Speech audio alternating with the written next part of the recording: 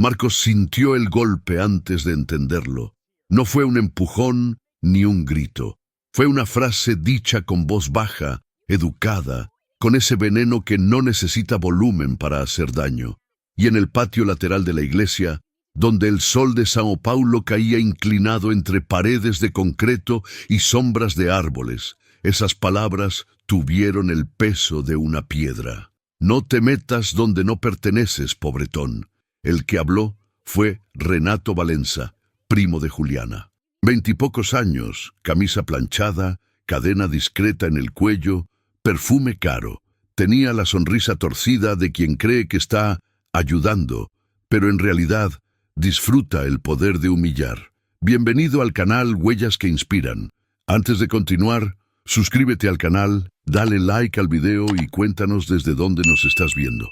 Muchísimas gracias por acompañarnos y ver nuestras historias. Marcos, 16 años, piel morena clara, delgado, con el cabello corto y una camisa sencilla que ya había visto demasiados domingos, se quedó quieto. Sus manos, grandes para su edad, apretaron la Biblia contra el pecho como si fuera un escudo. No sabía si la sangre le había subido al rostro por vergüenza o por rabia, pero sintió la cara caliente, los oídos ardiendo, el corazón golpeando con fuerza. «¿Perdón?», alcanzó a decir apenas. Renato dio un paso más cerca, invadiendo su espacio como quien quiere que el otro retroceda solo por instinto.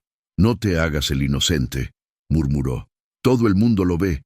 Te le acercas a Juliana como si fueras alguien, pero no lo eres». Hizo una pausa, mirándolo de arriba abajo. «Ella es de otro nivel, de otra vida. ¿Tú qué puedes ofrecerle? ¿Un paseo en autobús? ¿Una tarde comiendo coxiña en una esquina?» Alrededor, la gente fingía no escuchar. Los adultos conversaban sobre el sermón. Un grupo de jóvenes reía cerca del portón. Algunos miraban de reojo y luego desviaban la vista, como si la injusticia fuera contagiosa. A Marcos le dolió eso casi más que las palabras, la indiferencia. Renato continuó, como si estuviera dando un consejo fraternal. «Mira, chico, te lo digo por tu bien, no te enamores, no te ilusiones, porque cuando esto termine, ¿sabes quién va a salir lastimado? Tú, y después vas a decir que la vida es injusta. Pero no es injusta, es lógica». Le apoyó la mano en el hombro con falsa familiaridad. «Busca a alguien de tu nivel». Marcos tragó saliva. La garganta se le cerró. Quiso contestar, explicar, defenderse, pero en su cabeza pasó la imagen de su madre, Dona Celia, despertando antes del amanecer, preparando café ralo, saliendo con el uniforme limpio y la espalda cansada hacia la casa de gente que nunca aprendió a mirar a los demás, sin medirlos por lo que tienen. Quiso decir, mi valor no está en mi bolsillo. Quiso decir, no soy menos por venir de escuela pública. Quiso decir, yo también tengo sueños. Pero no dijo nada. Bajó la mirada, y entonces, desde la puerta principal de la iglesia, Juliana Almeida lo vio. Tenía 15 años, piel blanca, rasgos delicados, cabello castaño claro cayéndole sobre los hombros, y una belleza que no era solo de rostro. Era de presencia. Vestía con sencillez elegante, como alguien acostumbrada a la calidad sin necesidad de ostentarla. En los brazos llevaba una Biblia y una libreta de apuntes del grupo juvenil. Cuando sus ojos encontraron los de Marcos, ella entendió en un segundo que algo malo estaba pasando. Su expresión cambió. No con drama, sino con esa firmeza silenciosa que solo aparece cuando el corazón decide no ser cobarde. Juliana caminó hacia ellos. «¿Qué está pasando aquí, Renato?», preguntó, sin levantar la voz, pero con un tono que cortó el aire. Renato sonrió, como si lo hubieran pillado jugando un juego divertido. «Nada, prima, solo estoy conversando con tu amigo». Juliana se puso al lado de Marcos, no delante, a su lado. Eso fue lo que más lo estremeció. Ella no lo protegía como a un niño, lo acompañaba como a un igual. «No necesito que converses con Marcos», dijo ella, «y mucho menos así». Renato abrió las manos, fingiendo sorpresa. «¿Así como?». Juliana, por favor, es por tu bien, tú no ves. Yo veo perfecto, lo interrumpió ella. Y también escucho perfecto. Hubo un silencio cargado. Renato apretó la mandíbula. Su orgullo había sido tocado frente a testigos. Está bien, dijo con voz fría. Después no digas que nadie te avisó. Se alejó. No sin antes mirar a Marcos por última vez, con una frase final en el gesto. Esto no termina aquí.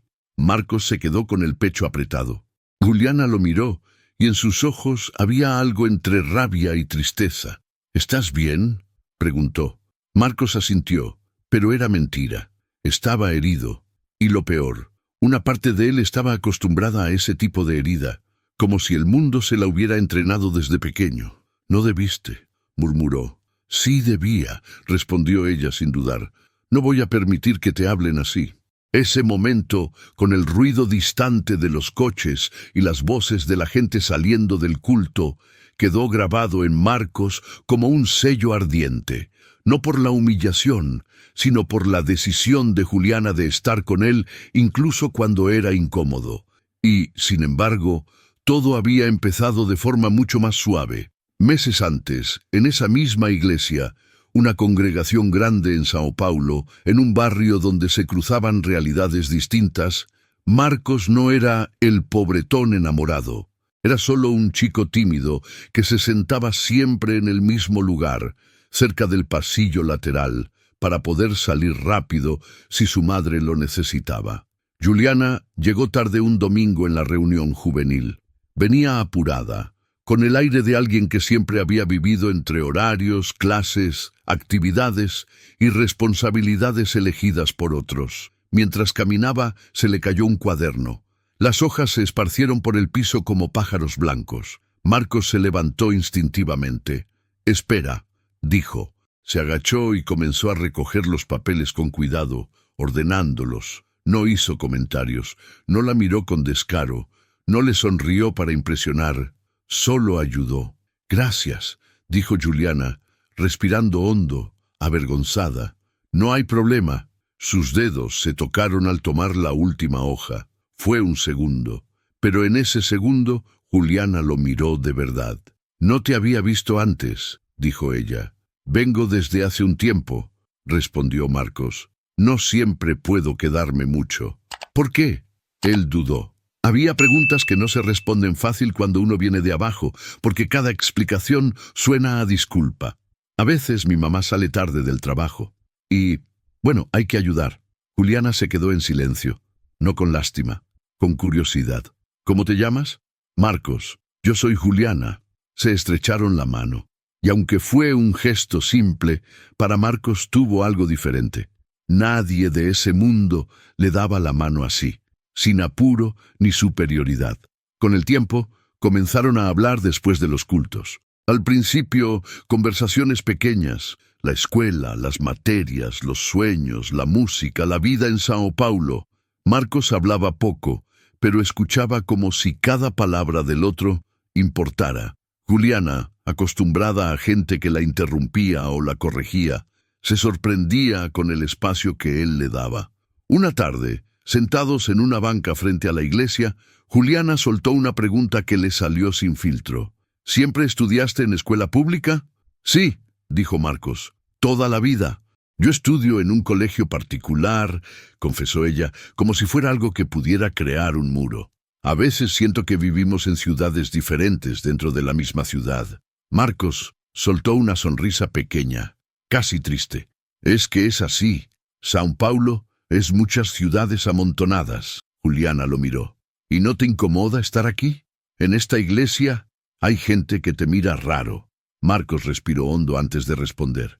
«Me incomoda cuando creen que mi ropa, mi barrio o mi escuela dicen quién soy». Juliana sintió un nudo en el pecho, no porque ella lo juzgara, sino porque se dio cuenta de que a él lo habían juzgado tantas veces que ya hablaba de eso con calma. Una calma que solo nace de quien aprendió a sobrevivir. Marcos vivía con su madre, dona Celia, en un apartamento pequeño en la zona leste. Sencillo, limpio, con la dignidad de quien no tiene lujo, pero tiene orden. Celia Era empleada doméstica desde siempre. Salía antes del amanecer, tomaba 2 conducciones y regresaba con los pies doloridos y el cuerpo vencido. Aún así, al llegar, siempre encontraba fuerzas para preguntar: ¿Estudiaste hoy, hijo? El padre de Marcos, Sergio Ferreira, servidor público, estaba separado de Celia. Era un hombre correcto que cumplía con lo que podía, pero llevaba la distancia como una armadura. Veía a Marcos algunos fines de semana, hablaba de responsabilidad y futuro, pero nunca entendió del todo la urgencia silenciosa que Marcos cargaba, la urgencia de cambiar la historia. Esa urgencia había nacido temprano. Cuando Marcos tenía 12 años, encontró un libro en una biblioteca comunitaria. Padre rico, padre pobre. No lo buscaba. Ni siquiera sabía pronunciar bien el nombre del autor, pero se llevó el libro a casa, lo abrió y algo cambió dentro de él. No entendió todas las ideas, pero entendió el mensaje central, que el dinero no era solo ganar y gastar, que existía otra lógica, que la pobreza podía ser un ciclo y que los ciclos se podían romper. Desde entonces, Marcos comenzó a mirar el mundo con otros ojos. Mientras otros niños veían vitrinas, él veía estructuras. Mientras otros se conformaban con algún trabajo, él pensaba en construir algo. No por ambición vacía, sino por deseo de libertad. Libertad para su madre, para sí mismo, para no agachar la cabeza ante nadie. Y entonces apareció Juliana. Juliana era hija de Eduardo Almeida, un empresario de São Paulo respetado, dueño de una red de distribuidoras y socio de algunos negocios mayores. Un hombre que no había nacido rico, pero que había construido riqueza con disciplina. Precisamente por eso, Eduardo no tenía esa arrogancia heredada que se ve en quienes nunca tuvieron que luchar por nada. Observaba más de lo que hablaba.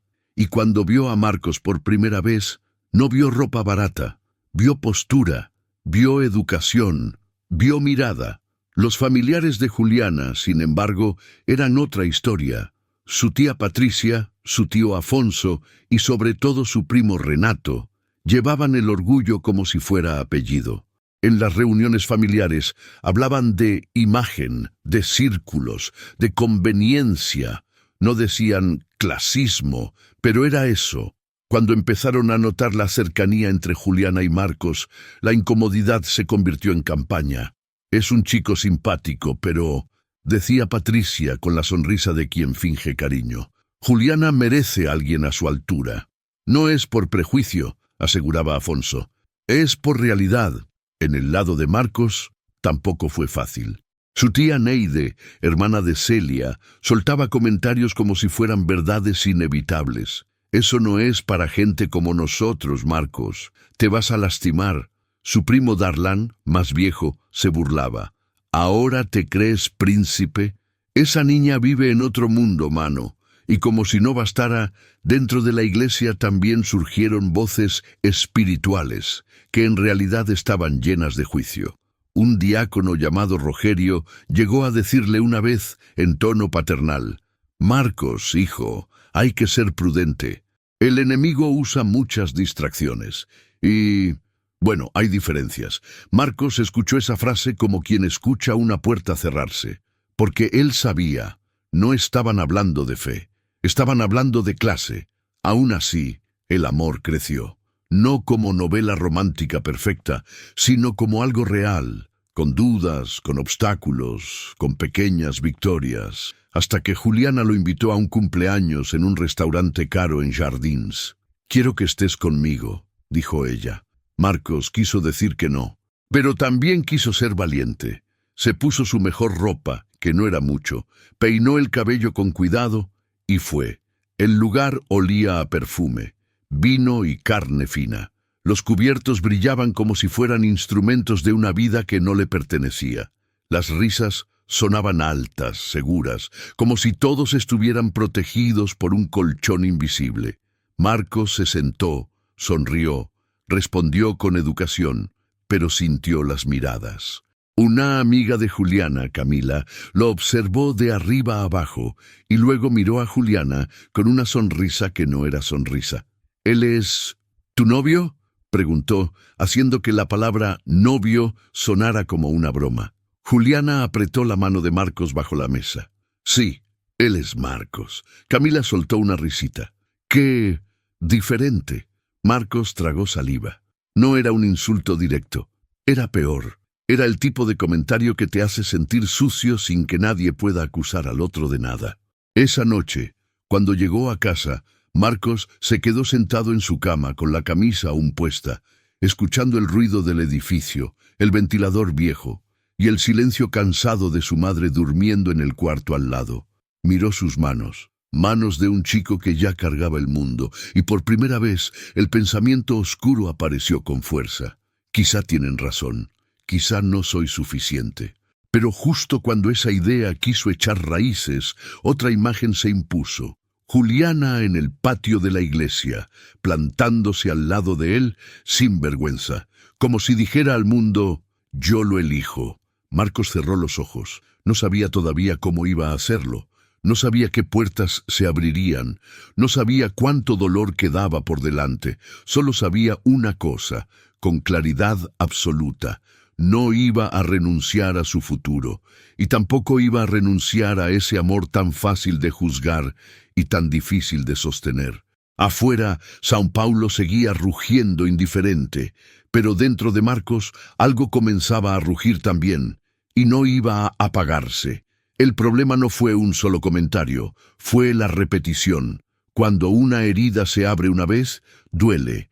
Cuando se abre todos los días, se convierte en parte del cuerpo. Marcos comenzó a notar que la incomodidad lo acompañaba incluso cuando nadie decía nada. Estaba en la forma como las conversaciones se detenían cuando él se acercaba, en los silencios demasiado largos, en las miradas rápidas que medían su ropa, su postura, su forma de hablar, en la manera como algunas personas, especialmente dentro de la iglesia, parecían esforzarse por ser amables, sin lograr ocultar el juicio. Los domingos, aquel lugar que siempre había sido refugio, empezó a parecer un tribunal. Juliana seguía sentándose a su lado, siempre, sin excepción. Eso, lejos de suavizar las cosas, parecía irritar aún más a quienes creían tener derecho a opinar sobre la vida ajena. Una tarde, después de la reunión juvenil, una mujer mayor, tía Lucia, pariente distante de Juliana, se acercó con una sonrisa ensayada. «Juliana, querida», dijo, ignorando completamente a Marcos, «¿puedo hablar contigo un momento?» Juliana miró a Marcos, dudó, pero asintió. No se alejaron mucho, lo suficiente para que Marcos no oyera las palabras, pero sí viera los gestos.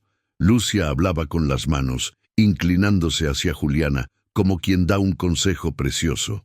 Juliana cruzó los brazos. Su rostro serio. Cuando regresó, Marcos no necesitó preguntar. «¿Otra vez?», murmuró. Juliana soltó el aire despacio. «Dice que me estoy limitando, que hay chicos maravillosos en nuestro círculo, que tú eres, bueno, una fase». Marcos sintió el golpe en el estómago, no por la novedad, sino porque cada vez dolía un poco más. «No tienes que cargar con eso», dijo él con voz baja. «No es justo para ti». Juliana se detuvo. Lo miró fijamente. «No decidas por mí, Marcos. Yo sé lo que hago». Él asintió, pero dentro de sí algo se tensó, porque una parte de él comenzaba a preguntarse si, sin querer, estaba arrastrándola a un mundo de conflictos que ella no había elegido. En casa, la situación tampoco era fácil. Dona Celia observaba a su hijo con la intuición de quien ya vio demasiadas historias repetirse. No preguntaba directamente, pero notaba el silencio más largo, el plato dejado a medio comer, la mirada fija en el vacío. Una noche, mientras doblaban ropa juntos, Celia habló. «Ese noviazgo te está haciendo bien, hijo». Marcos se quedó quieto, la camisa entre las manos. «Sí», respondió rápido, demasiado rápido. Celia suspiró. «Marcos, no te estoy diciendo que no la quieras, solo...» Buscó las palabras. «A veces, el mundo no perdona a quien nace donde nacimos nosotros». Él levantó la mirada. «Entonces, ¿qué hacemos? ¿Aceptamos eso?» Celia lo miró con ternura y dolor. Sobrevivimos, como siempre hicimos. Esa palabra, sobrevivir, se le clavó en el pecho, porque Marcos no quería solo sobrevivir. Quería vivir, quería construir algo que rompiera ese destino silencioso que parecía escrito para gente como ellos. Mientras tanto, Juliana enfrentaba su propio campo de batalla. En las cenas familiares, los comentarios se volvían cada vez menos sutiles. ¿Y Marcos qué está estudiando?, preguntó su tío Afonso una noche, cortando la carne con precisión quirúrgica. Está en el 2.º año de la secundaria, respondió Juliana. En una escuela pública. Afonso arqueó las cejas. Claro, dijo. Bueno, todos empezamos en algún lugar, ¿no? Renato soltó una risa breve.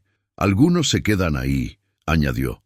El padre de Juliana, Eduardo, levantó la mirada lentamente. Basta, dijo sin alzar la voz. La mesa quedó en silencio. Juliana no necesita ser orientada por nadie, continuó Eduardo. Y Marcos no está aquí para ser evaluado como si fuera una inversión de riesgo. Patricia intentó suavizar. Eduardo, nadie está siendo cruel, solo realista. Eduardo apoyó los cubiertos. La realidad no se mide solo en dinero. Juliana miró a su padre con gratitud, pero también sabía que su apoyo no anulaba el peso constante de la presión.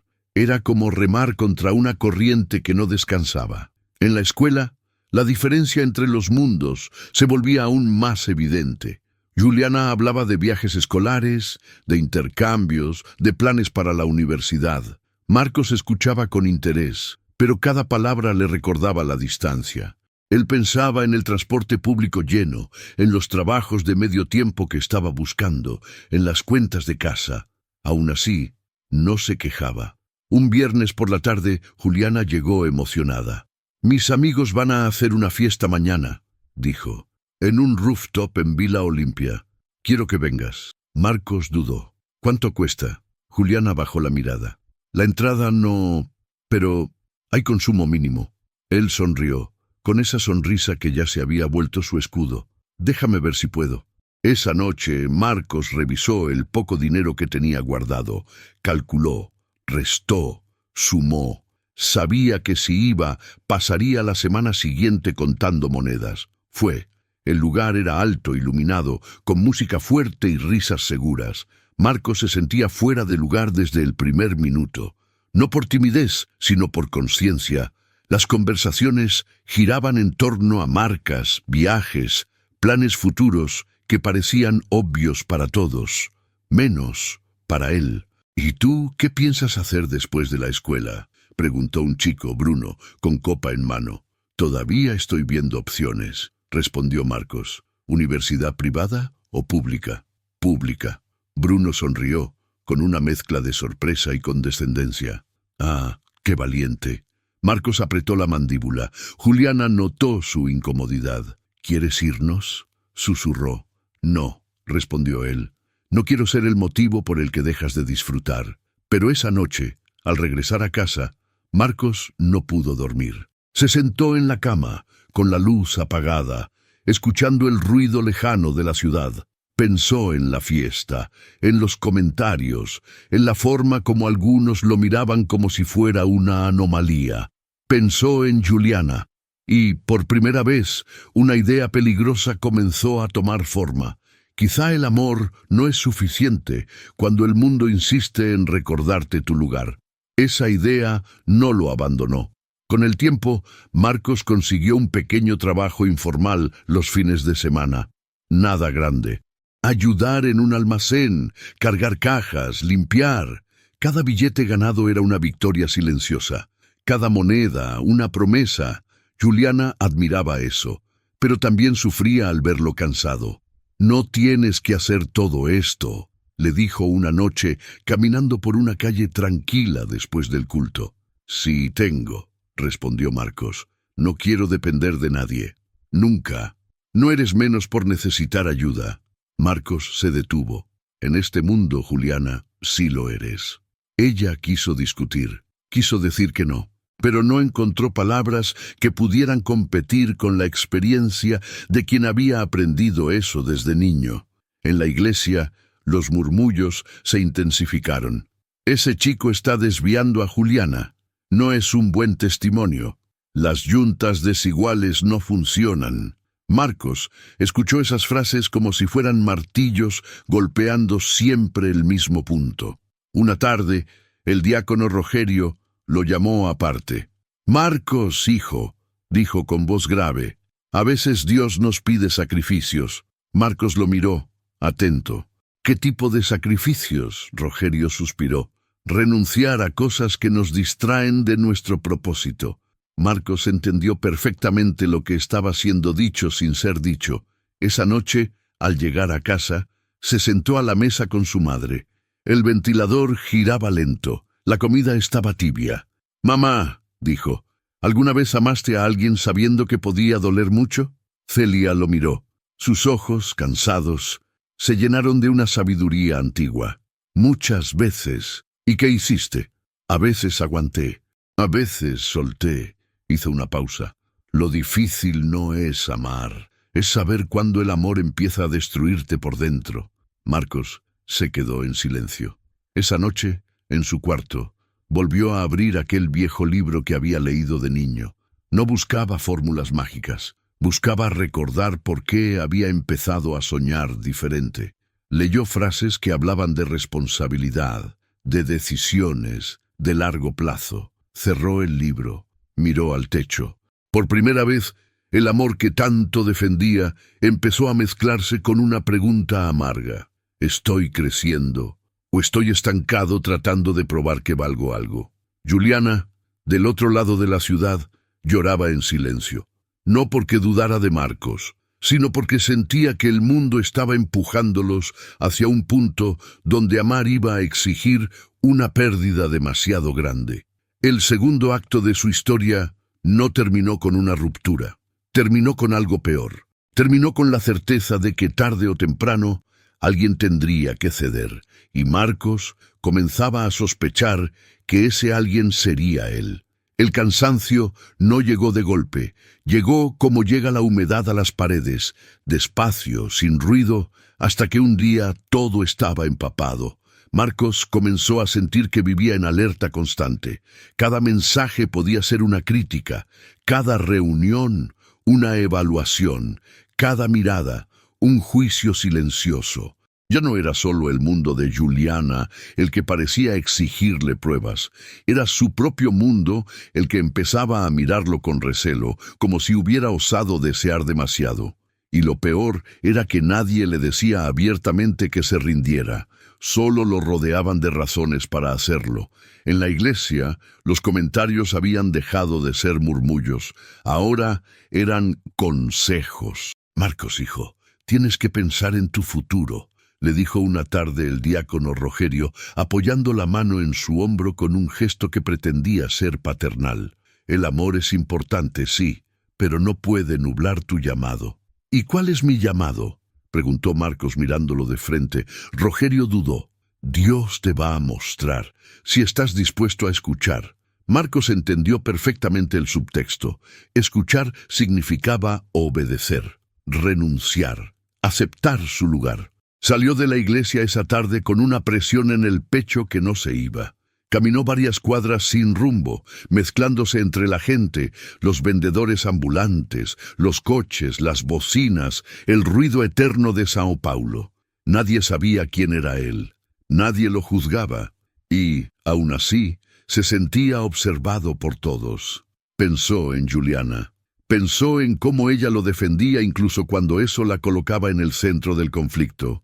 Pensó en su sonrisa, en la forma como lo miraba cuando él hablaba de ideas, de proyectos, de sueños que todavía no tenían forma concreta. Y por primera vez se preguntó algo que le dio miedo formular. ¿La estoy lastimando al quedarme? Juliana también estaba cansada, no de Marcos, del combate. Cada reunión familiar era una prueba de resistencia, cada comentario una gota más en un vaso que ya estaba lleno. Su tía Patricia había dejado de fingir sutileza. «Juliana, cariño», dijo una noche sentándose a su lado en el sofá, «nadie duda de que ese chico sea educado, pero la vida no se construye solo con buenas intenciones». ¿Y con qué se construye, tía?, preguntó Juliana con la voz controlada. Con estabilidad, con previsión, con alguien que no te haga retroceder. Juliana sintió una punzada. Marcos no me hace retroceder. Patricia suspiró, como quien habla con una niña ingenua. Ahora no lo ves, pero lo verás. Renato, que escuchaba desde la mesa, no perdió la oportunidad.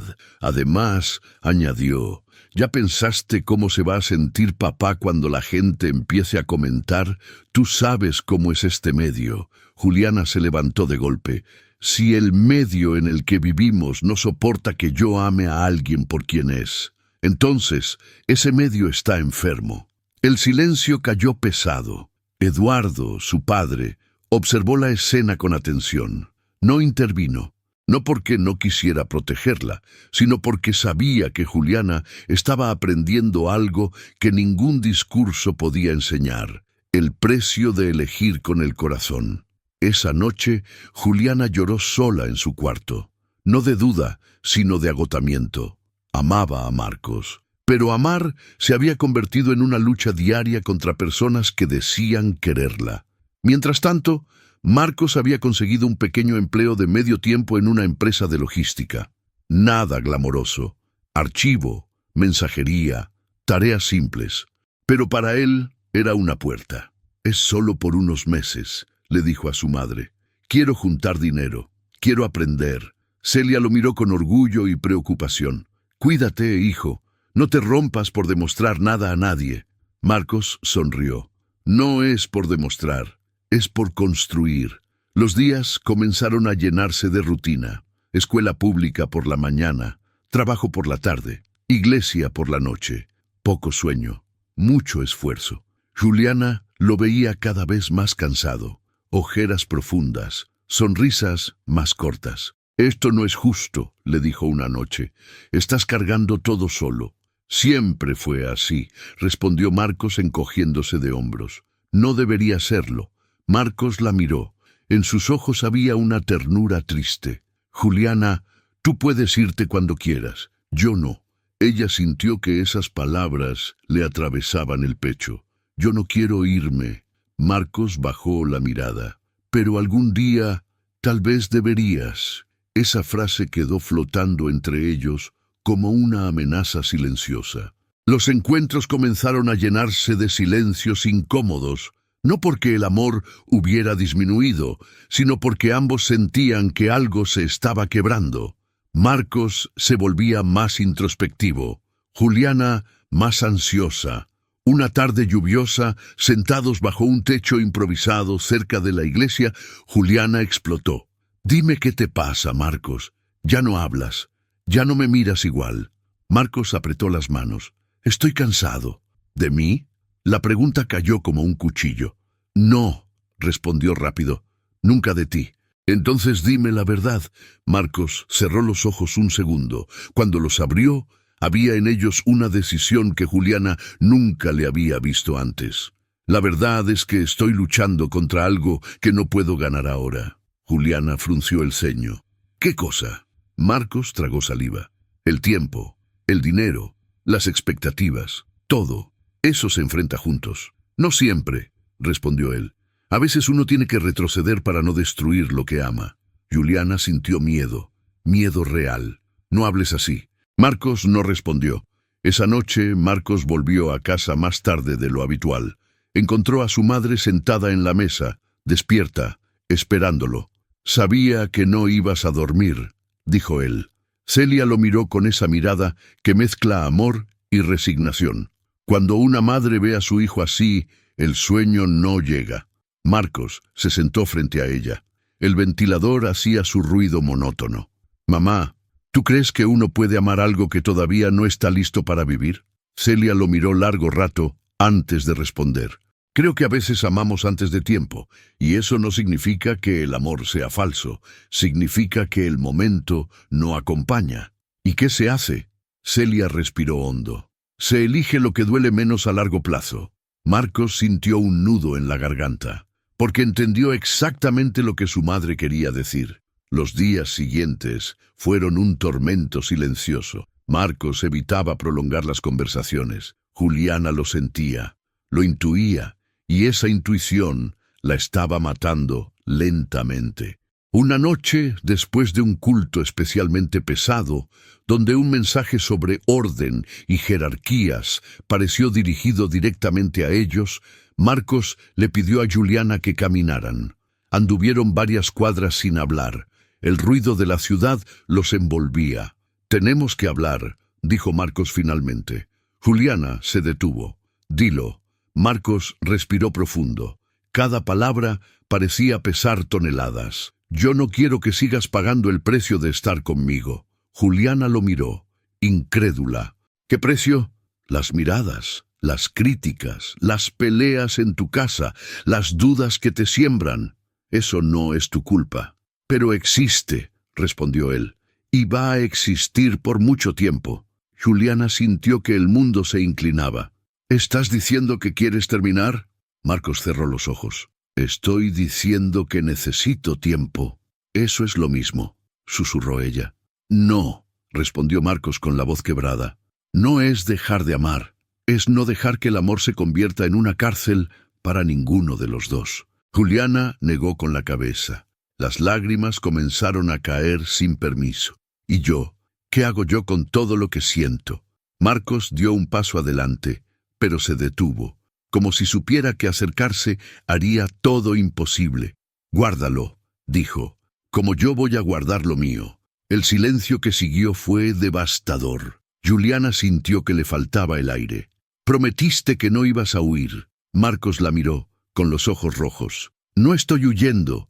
Estoy preparando el terreno para volver sin vergüenza». «¿Y si no vuelves?» Marcos bajó la mirada. «Entonces al menos no te habré arrastrado conmigo». Juliana lo miró, como si no lo reconociera. No porque hubiera dejado de amarlo, sino porque estaba viendo a alguien que se sacrificaba en silencio, creyendo que ese era el único camino. «Marcos», susurró, «yo no necesito que seas grande ahora, solo necesito que estés». Marcos apretó los puños. «Y yo necesito ser alguien que pueda mirarte a los ojos sin sentir que le debo al mundo una explicación». Se quedaron allí, frente a frente, separados por una decisión que ninguno quería tomar, pero que ambos sabían inevitable. Finalmente, Juliana dio un paso atrás. «Entonces ve», dijo, con voz rota. «Haz lo que tengas que hacer». Marcos sintió que algo se rompía dentro de él. «No te olvides de mí», susurró ella. Marcos negó con la cabeza, con lágrimas cayendo libremente. «Eso nunca». Se dio la vuelta, caminó, no miró atrás. Juliana se quedó allí, sola, abrazándose a sí misma, mientras la ciudad seguía girando como si nada hubiera pasado. Marcos llegó a casa de madrugada, se sentó en su cama. No lloró. El dolor era demasiado profundo para lágrimas. Miró el techo. Pensó en todo lo que había perdido esa noche, y al mismo tiempo algo nuevo se instaló en su pecho, una determinación feroz. «No voy a fallar», susurró. «No esta vez». El amor había sido su fuerza. Ahora sería su motor silencioso. El tercer acto no terminó con un final feliz. Terminó con una promesa hecha en la oscuridad. Y las promesas, cuando nacen del dolor, suelen cambiar destinos. El primer día que Marcos cruzó la puerta de Nova Log, con el gafete de joven aprendiz colgándole del cuello, nadie se detuvo a mirarlo. São Paulo ya tenía demasiados jóvenes entrando y saliendo de edificios enormes, como hormigas silenciosas cargando papeles y sueños que a nadie le importaban. Marcos llevaba una carpeta simple, una camisa planchada por su madre y una determinación que no se veía, pero pesaba como plomo dentro del pecho. No había música épica ni discursos, solo el olor a café recalentado, el zumbido constante de impresoras y el eco de tacones caminando rápido por los pasillos. Le asignaron un escritorio pequeño, lejos de las ventanas. Sus primeras tareas fueron humillantes para el ego de cualquiera que buscara grandeza: archivar facturas, clasificar contratos, organizar planillas, llevar documentos a otros sectores. Para muchos, aquello era el fondo. Para Marcos, era una puerta. No hablaba de su pasado. No contaba la historia del patio de la iglesia. No decía que había amado a una chica llamada Juliana y que se había ido con el corazón desgarrado para volver algún día sin vergüenza. Ese dolor era suyo y lo guardaba como se guarda una carta importante, doblada, escondida, intacta. Lo que sí hacía era observar. Observaba cómo los jefes hablaban de urgencia solo cuando el problema ya estaba encima. Observaba cómo un error pequeño en una planilla podía provocar un retraso enorme en una entrega. Observaba cómo algunos empleados se resignaban y otros se acomodaban. Y sobre todo, observaba algo que lo encendía por dentro. Había caos, y el caos siempre tenía precio. Si alguien aprendía a ordenar el caos, el sistema lo recompensaría. Marcos empezó a llegar temprano, no 5 minutos, 1 hora antes. Abría el computador, revisaba correos, leía reportes. Hacía preguntas con respeto, sin parecer arrogante. Luego se quedaba hasta tarde, ayudando a quien se lo pidiera, incluso si eso no le daba ningún crédito. ¿Tú por qué haces tanto?, le preguntó un día Débora Siqueira, una analista mayor que él, con ojos cansados de quien ya había visto muchos jóvenes rendirse. Marcos no levantó la vista del papel. «Porque yo no tengo margen para fallar». Débora lo miró como si esa frase fuera más adulta de lo que su edad permitía. Las primeras semanas fueron invisibles. Las primeras semanas fueron un entrenamiento, hasta que llegó el primer incendio. Un proveedor falló, el sistema duplicó un dato, una operación grande estuvo a punto de colapsar. El supervisor, Ricardo Bastos, gritó en el sector como si el volumen pudiera arreglar números. «¿Quién revisó esta planilla? Esto nos va a costar una fortuna». Nadie respondió, nadie quería ser el culpable. Marcos levantó la mano con cuidado. «Yo la revisé», dijo. Ricardo lo miró con desprecio automático, el desprecio que se le da a alguien de abajo. «Entonces, eres tú el responsable». Marcos sostuvo la mirada sin desafío, sin miedo. «El error no está en la planilla, está en el sistema del proveedor. Si revisa el historial, verá que el dato se duplicó exactamente a la misma hora que el servidor hizo la actualización». Ricardo frunció el ceño. «¿Y tú cómo sabes eso?». «Porque anoche vi una inconsistencia parecida en otro archivo y fui a rastrear el origen». Silencio. Ricardo tomó el papel, hizo una llamada, tecleó algo con brusquedad. 5 minutos después regresó, el rostro endurecido por una realidad que no le gustaba. «Tienes razón». No pidió disculpas, solo dijo: «¿Cómo lo solucionamos?». Fue ahí, en ese instante, donde algo cambió. No en el puesto de Marcos todavía, sino en la forma como lo empezaron a mirar. Ya no era solo el aprendiz, era el que ve antes. El primer ascenso no llegó con aplausos. Llegó con un correo frío, a las 6 de la mañana. «Marcos Ferreira asumirá el cargo de asistente administrativo. Preséntese en sala 3, a las 9:00. Marcos leyó el correo en la cama con la luz apagada. Su madre dormía al lado, agotada. Marcos no sonrió, no celebró, solo respiró profundo. Sabía que ese ascenso no era un premio, era una carga más, y aceptarla era el precio. Los años siguientes fueron una escalera empinada construida con noches mal dormidas. Marcos estudiaba como si lo persiguiera un enemigo invisible. Cursos técnicos, administración, finanzas, Excel avanzado, análisis de datos. Aprendía con hambre, porque recordaba la frase que le habían dicho a los 16. «Ella no es para alguien como tú». Y aunque no repetía esa frase en voz alta, ella se repetía sola dentro de él como un tambor. Se convirtió en analista junior, luego pleno, después coordinador. Cada promoción era ganada con resultados, no con simpatía. Marcos no era el que hacía chistes en el almuerzo. Era el que resolvía problemas antes de que se volvieran vergüenzas públicas para los jefes. Algunos empezaron a odiarlo por eso, otros empezaron a protegerlo. Débora, que lo había visto desde el inicio, le decía en voz baja: «No te confíes. Aquí cuando alguien brilla demasiado, intentan apagarlo». Marcos asentía. Que lo intenten, respondía, y no sonaba arrogante, sonaba decidido. Un día Novalog entró en crisis real. Una cadena de distribución falló durante una semana crítica. Clientes grandes amenazaron con romper contratos. Hubo reuniones tensas.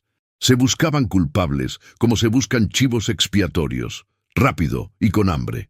En la sala de juntas, Marcos estaba sentado al final, tomando notas. Los directores discutían, se interrumpían, culpaban a proveedores, a la economía, a la lluvia. Nadie quería asumir que el problema era interno, hasta que uno de ellos señaló el tablero. ¿Alguien tiene una propuesta concreta o vamos a seguir llorando? Se hizo silencio. Ricardo miró hacia Marcos como si lo hiciera a regañadientes. «Tú siempre tienes algo que decir, Ferreira. ¡Habla!». Marcos se levantó despacio. Sintió el peso de todas las miradas. No era miedo, era conciencia. Si fallaba, volvería a ser el pobretón en los ojos de muchos. «El problema no es el proveedor», dijo. «Es nuestra dependencia de un solo punto de distribución. Necesitamos diversificar rutas, automatizar controles y cambiar el modelo de previsión. Si no, esto volverá a ocurrir cada vez que el mercado se estire». Un director bufó. «Eso cuesta dinero». «Esto cuesta más», respondió Marcos sin levantar el tono. «Y cuesta reputación». Hubo un silencio cortante. Marcos mostró un plan, no un sueño, un plan. Cronogramas, porcentajes, riesgos, contingencias. Al final, el director general, Héctor Lameira, un hombre de mirada dura, dijo: «Te doy 30 días para probarlo. 30 días». Marcos trabajó como si su vida dependiera de eso. Llegó antes que todos. Se fue después de todos. Coordinó equipos, renegoció con proveedores, rediseñó rutas. Cuando el plan empezó a dar resultados, los números subieron tan rápido que el silencio se volvió incómodo para quienes lo habían subestimado. En la reunión final, Héctor lo miró fijo. «¿Cuánto tiempo llevas pensando así?». Marcos respondió sin respirar: «Desde niño». Y por primera vez, Héctor sonrió. «Entonces deja de ser niño aquí. A partir de hoy eres gerente de estrategia. Gerente». Marcos salió del edificio sintiendo el aire de Sao Paulo como algo distinto. No por el cargo, por el símbolo, por la prueba de que el tiempo, cuando se trabaja de verdad, se convierte en respuesta.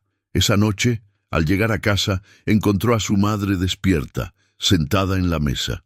«Te vi en la tele», dijo ella, con una sonrisa que le temblaba en la boca. Marcos frunció el ceño. «¿Qué?».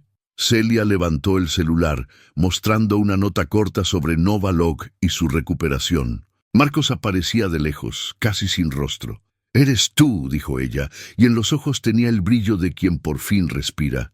Marcos se acercó y la abrazó. La abrazó como si ese abrazo fuera un juramento. «Todo esto es por ti, mamá». Celia negó con la cabeza. «No, esto es por ti. Yo solo te enseñé a no rendirte». La prosperidad de Marcos no vino como un golpe de suerte, vino como acumulación. Marcos comenzó a invertir con más fuerza. No apostaba, analizaba. Compraba participación en negocios que entendía. Entró en logística tecnológica, luego en soluciones de automatización, después en infraestructura. Sus ingresos crecieron, su nombre empezó a circular, y fue entonces cuando el destino, con su ironía brutal, lo cruzó de nuevo con el mundo de Juliana. En un evento empresarial, Marcos dio una presentación sobre eficiencia y expansión. Al terminar, alguien se acercó. Era un hombre de porte sobrio, cabello entrecano, ojos atentos. Marcos lo reconoció antes de que hablara. Eduardo Almeida, el padre de Juliana. Eduardo extendió la mano.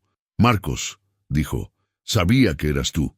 Marcos estrechó la mano con respeto. «Señor Almeida». Eduardo sonrió, pero fue una sonrisa cansada, honesta. «No me llames así.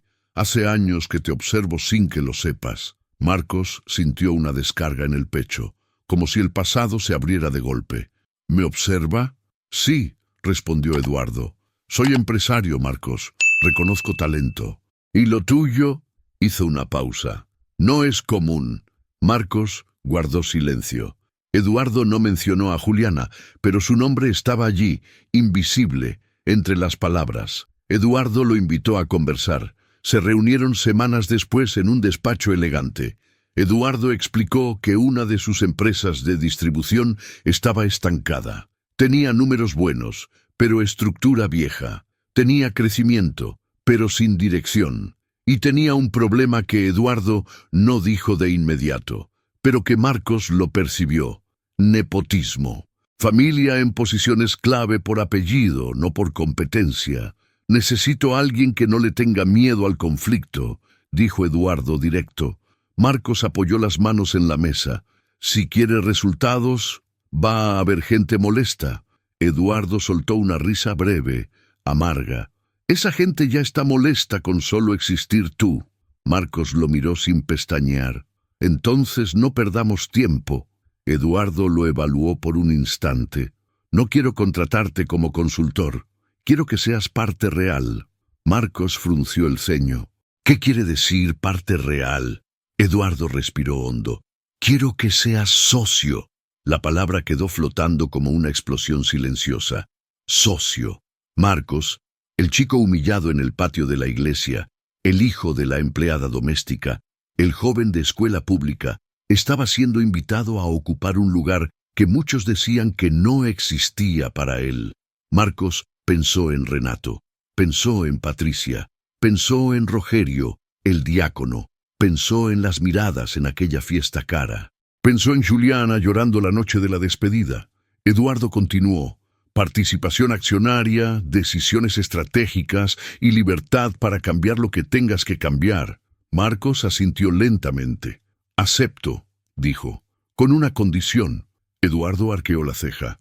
Dime, no quiero ser el protegido, quiero ser el responsable y quiero que, cuando su familia se moleste, usted no retroceda. Eduardo sonrió como quien encuentra a alguien de su misma especie. No retrocedí cuando defendí a mi hija. No retrocederé ahora. Firmaron el acuerdo. Marcos Ferreira se convirtió en socio de Eduardo Almeida. Y ahí comenzó la segunda fase, la que separa a un buen ejecutivo de un hombre imparable. La empresa de Eduardo se transformó. Marcos cortó gastos inútiles, modernizó procesos, renegoció contratos, digitalizó controles, abrió nuevas rutas. Lo hizo con frialdad técnica, pero con ética. No disfrutaba despedir gente, pero tampoco toleraba incompetencia sostenida por apellido. Los familiares de Juliana empezaron a odiarlo con una intensidad casi religiosa. Ese tipo nos está quitando lo nuestro, decía Renato en reuniones privadas. Eduardo se volvió loco, murmuraba Patricia. Poner a ese chico por encima de la familia. Marcos escuchaba rumores, pero no respondía. El silencio era su arma. Los números, sin embargo, respondían por él. La empresa creció. No un poco, creció de forma agresiva. Nuevos contratos, nuevas filiales, expansión a otros estados. En pocos años, el valor de la empresa se multiplicó. Y Marcos, como socio, no solo ganaba salario, ganaba patrimonio. Mientras los familiares de Juliana seguían midiendo el mundo con orgullo, Marcos construía sin parar. Diversificó más. Entró en tecnología logística, luego en servicios financieros, luego en inversiones estratégicas. Su patrimonio se expandió como una ola que nadie podía detener, hasta que llegó el día inevitable, el día en que los números se volvieron imposibles de ignorar. Marcos ya no era solo socio de Eduardo, era más próspero que Eduardo, más rico que Patricia, más rico que Afonso, mucho más rico que Renato. Y lo más humillante para ellos no era el dinero en sí, era la evidencia de que se habían equivocado. Una noche, en un evento familiar de los Almeida, Marcos apareció acompañado de Eduardo. No buscaba provocar, solo era parte del negocio. Renato lo vio desde lejos y se quedó helado. No lo reconoció al principio, no por el rostro, porque el rostro era el mismo, sino por la presencia. Marcos caminaba sin pedir permiso al espacio, sin disculparse por existir. Patricia se acercó, fingiendo sonrisa. Marcos, qué sorpresa verte aquí. Marcos la saludó con cortesía. Buenas noches, señora Patricia. Ella tragó saliva al oír señora, como si esa palabra la colocara en una edad moral que no quería aceptar. Eduardo levantó una copa. Quiero anunciar algo, dijo. Gracias a la visión de Marcos, la empresa logró la expansión más grande de nuestra historia. Y para quienes aún no lo entienden, Marcos no es un empleado, es socio, y es uno de los líderes más brillantes con los que he trabajado. El silencio cayó como un puñetazo. Renato apretó la mandíbula. Recordó el patio de la iglesia. Recordó pobretón. Recordó no te ilusiones.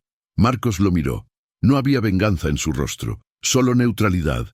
Y esa neutralidad fue peor que cualquier insulto, porque significaba ya no importas. Esa misma semana, Juliana supo la verdad. No por Eduardo, no por la familia, por casualidad. En una clase de economía, alguien citó un caso reciente de éxito empresarial. El ascenso silencioso de Marcos Ferreira, su participación en empresas de logística y tecnología, y su crecimiento patrimonial en tiempo récord. Juliana sintió que el aire se le iba. Esa noche buscó información. Leyó artículos, vio números, vio entrevistas cortas donde Marcos hablaba poco, pero hablaba con firmeza.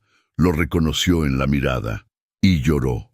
No porque él fuera rico, sino porque entendió que Marcos había construido todo eso con la misma dignidad con la que un día bajó la mirada para no pelear con Renato, y con la misma fuerza con la que se fue para no convertirse en una carga. Juliana cerró el computador con las manos temblando. Volviste, susurró para sí. Volviste de la forma que prometiste. Mientras tanto, Marcos estaba solo en su oficina, mirando las luces de São Paulo desde lo alto. La ciudad seguía rugiendo, indiferente. Marcos se apoyó en el vidrio y pensó en lo que venía, porque el acto cuarto no era el final, era el aviso. El mundo que lo había humillado estaba empezando a comprender algo tarde. Marcos ya no estaba intentando pertenecer. Marcos estaba construyendo el lugar donde todos los demás tendrían que entrar. Y en algún punto cercano, inevitable, la vida lo cruzaría otra vez con Juliana y con todos los que un día dijeron, no es para ti. La noche estaba diseñada para impresionar. El salón principal del hotel, en una de las regiones más exclusivas de São Paulo, brillaba con luces cálidas, reflejadas en mármol pulido. Empresarios, inversionistas, políticos y figuras influyentes conversaban con copas en la mano, midiendo palabras, alianzas y sonrisas. Era uno de esos eventos donde nadie estaba allí por casualidad. Marcos Ferreira llegó sin anunciarse, no buscaba protagonismo. Vestía un traje sobrio, elegante, sin marcas visibles. Caminaba con la calma de quien no necesita probar nada. A su lado, Eduardo Almeida avanzaba con seguridad, saludando a conocidos, recibiendo apretones de mano respetuosos. «Todo esto te resulta familiar», dijo Eduardo en voz baja, «pero no es el mismo mundo que conociste». Marcos observó alrededor. Vio mesas llenas de nombres importantes, conversaciones sobre cifras que antes parecían inalcanzables, miradas que ahora se detenían en él con curiosidad. «Es el mismo mundo», respondió, «solo que ahora no me empuja hacia afuera». Eduardo sonrió. A unos metros de distancia, Renato, Patricia, Afonso y otros familiares conversaban animadamente. Renato hablaba alto, exagerando anécdotas como siempre. Patricia reía con rigidez. Afonso observaba el ambiente con atención calculada. Entonces Renato lo vio. Primero frunció el ceño, confundido, luego sus ojos se abrieron un poco más. Reconoció el rostro, la postura, la serenidad. «No puede ser», murmuró. Patricia siguió su mirada y se quedó inmóvil. «¿Es él?» Afonso tragó saliva. «Es Marcos, el mismo Marcos que años atrás había sido humillado en el patio lateral de una iglesia. El mismo al que habían llamado pobretón. El mismo al que habían aconsejado no enamorarse porque no era de ese nivel. Ahora estaba allí, no como invitado de favor, no como acompañante, sino como protagonista silencioso. Eduardo subió al escenario cuando fue llamado para el discurso principal. Ajustó el micrófono, miró al público, esperó el silencio. «Buenas noches», comenzó. «Este evento celebra crecimiento, innovación y visión, pero sobre todo, celebra decisiones correctas tomadas en el momento adecuado». Hizo una pausa. «Durante muchos años, creí que la experiencia lo era todo. Hoy sé que la visión vale más». El murmullo disminuyó. «Por eso quiero presentar a alguien que no solo transformó una de nuestras empresas, sino que redefinió la forma como pensamos el futuro». Eduardo extendió el brazo. «Mi socio y director estratégico, Marcos Ferreira». El aplauso fue inmediato, fuerte, sincero, largo. Marcos subió al escenario sin prisa. Cada paso era una confirmación silenciosa de que el camino había valido la pena. Tomó el micrófono, esperó que el aplauso cesara, miró el público, y por un segundo su mente volvió al pasado, al banco de la iglesia, al patio lateral, a la frase «Busca a alguien de tu nivel». Respiró hondo. «Buenas noches», dijo. «No voy a hablar mucho. Nunca fui de hablar mucho». Algunas sonrisas surgieron. «Solo quiero decir algo simple. Nadie construye nada grande solo. Yo tuve oportunidades, sí, pero también tuve personas que creyeron cuando creer no era cómodo». Miró a Eduardo. «Y también tuve obstáculos, muchos». Hizo una breve pausa. «Aprendí que el tiempo no discute, el tiempo demuestra». El silencio era absoluto. «Gracias». Bajó del escenario. No necesitaba decir más. Desde su mesa, Renato sentía que el aire le faltaba. Patricia tenía las manos heladas. Afonso evitaba mirar en dirección a Marcos. La justicia no había llegado con humillación directa, había llegado con realidad. Juliana Almeida llegó tarde. Había dudado hasta el último momento. Cuando recibió la invitación, su corazón se agitó de una forma que no sentía desde hacía años. Sabía que Marcos estaría allí, sabía quién era ahora, pero no sabía si estaba preparada para verlo. Entró al salón con paso inseguro. Vestía con elegancia discreta, el cabello recogido, el rostro más maduro, más fuerte, más consciente. Miró alrededor y lo vio. Marcos estaba de pie, conversando con un grupo de empresarios. No reía alto, no gesticulaba, escuchaba, hablaba cuando era necesario. Su presencia no imponía por ruido, sino por seguridad. Juliana sintió que los ojos se le llenaban de lágrimas. «Ahí estás», susurró. Marcos la vio casi al mismo tiempo. El mundo se redujo a un punto. Por un segundo ninguno se movió. El ruido del salón se volvió distante. Solo existía la memoria compartida de dos adolescentes que se habían amado cuando amar parecía un error. Marcos dio el primer paso. «Juliana». Ella levantó la mirada. Sonrió, con lágrimas contenidas. «Marcos». No hubo abrazo inmediato. No hubo dramatismo. Hubo respeto, como si ambos supieran que ese momento no necesitaba ser apresurado. «Te vi en el escenario», dijo ella. «Siempre supe que ibas a lograrlo». Marcos negó suavemente con la cabeza. «No siempre». Juliana respiró profundo. «Pero no te rendiste». Marcos la miró con una mezcla de ternura y gratitud. «Tú fuiste parte de eso, aunque no lo supieras». Caminaban ahora hacia un lugar más tranquilo del salón. Las miradas curiosas lo seguían. «Te fuiste sin mirar atrás», dijo Juliana con honestidad. «Me dolió durante mucho tiempo». Marcos bajó la mirada. «Lo sé, y lo siento, pero tenía miedo de quedarme y fallarte». Juliana asintió lentamente. «Entiendo ahora. Antes no podía». Se miraron, no como dos adolescentes heridos, sino como dos adultos que habían sobrevivido. «¿Eres feliz?», preguntó ella. Marcos pensó antes de responder. «Estoy en paz, y eso es más raro que la felicidad». Juliana sonrió. «Yo también». El silencio que siguió no fue incómodo, fue lleno. Renato, incapaz de soportar más, se acercó. «Marcos», dijo con una sonrisa forzada. «¿Cuánto tiempo?». Marcos lo miró con neutralidad absoluta. Renato. Nunca imaginé, comenzó Renato, nervioso.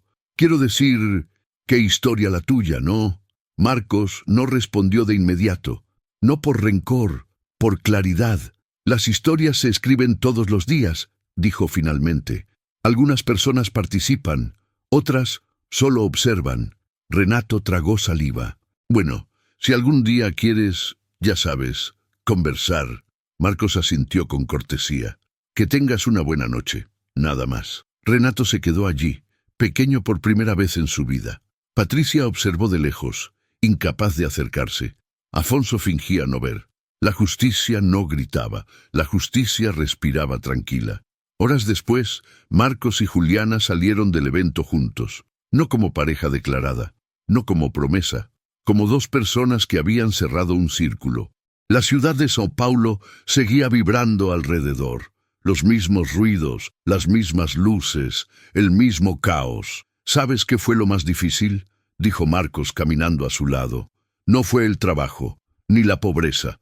Fue creer en mí cuando todos parecían tan seguros de que yo estaba equivocado. Juliana lo miró. Yo nunca dudé. Marcos sonrió. Y eso me sostuvo más de lo que imaginas. Se detuvieron en la acera. El viento nocturno movía suavemente el cabello de Juliana. No sé qué somos ahora, dijo ella. Pero sé que ya no somos los mismos. Marcos asintió. Y eso es bueno. Se miraron una última vez antes de separarse. No hubo promesas apresuradas. No hubo finales cerrados artificialmente. La vida, al fin y al cabo, continuaba. Días después, Marcos visitó la iglesia. No para exhibirse, no para confrontar. Entró en silencio. Se sentó en el mismo banco lateral donde todo había comenzado. Miró el patio. Recordó. Al salir, el diácono Rogerio lo reconoció. «Marcos», dijo, sorprendido. «¿Cuánto tiempo?» Marcos sonrió con respeto. «Sí, el tiempo pasa. Escuché sobre ti», añadió Rogerio. «Dios te bendijo». Marcos lo miró con calma. «Dios me enseñó a perseverar.